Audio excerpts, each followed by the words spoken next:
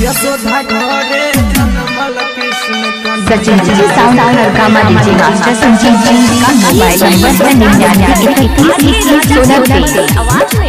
99 वैशाली मां भवानी म्यूजिक की प्रस्तुति। गोकुल नगरिया सगरो बाजै छै बधैया गे ना, सगरो बाजै छै बधैया गे ना। गोकुल नगरिया सगरो बाजै छै बधैया गे ना, बैसाखी गई बाजै छै बधैया गे ना। बैसाखी यशोदा घरे जन्मल कृष्ण कन्हैया गे ना, बैसाखी यशोदा घरे जन्मल कृष्ण कन्हैया गे ना। गोकुल नगरिया सगरो बाजै छै बधैया गे ना, बैसाखी गई बाजै छै बधैया गे ना। बैसाखी यशोदा घरे जन्मल कृष्ण कन्हैया गे ना, बैसाखी यशोदा घरे जन्मल कृष्ण कन्हैया गे ना। Sachin DJ sound Bhavani music, Sachin DJ sound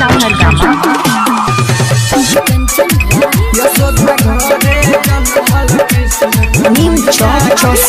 Vaishali Khutauna से मैथिली म्यूजिक की शानदार प्रस्तुति। मामा कौन सके अब खत्म कर बंस गे ना, अब खत्म कर बंस गे ना। मामा कौन सके अब खत्म कर बंस गे ना, बैसाखी गई खत्म करते बंस गे ना। बैसाखी नंद जी के घरे बाज बजैया गे ना, बैसाखी यशोदा घरे जन्मल कृष्ण कन्हैया गे ना। गोकुल नगरिया सगरो बाजै छै बधैया गे ना, बैसाखी गई बाजै छै बधैया गे ना। बैसाखी यशोदा घरे जन्मल कृष्ण कन्हैया गे ना, बैसाखी यशोदा घरे जन्मल कृष्ण कन्हैया गे ना।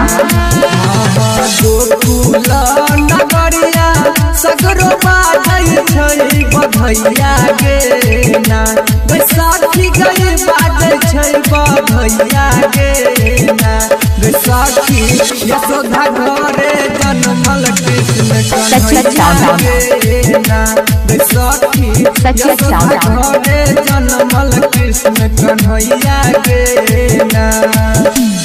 गोकुल नगरिया सगरो बाजै छै बधैया गे ना, बैसाखी गई बाजै छै बधैया गे ना।